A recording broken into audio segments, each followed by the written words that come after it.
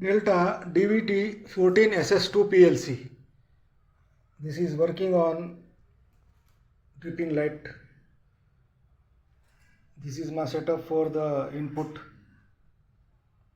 Bell switches I use for input, and this is the setup for Delta DVP 14 SS2. It is working. This is the another setup, and this is Delta DVP 12SA2 PLC. Now it is working.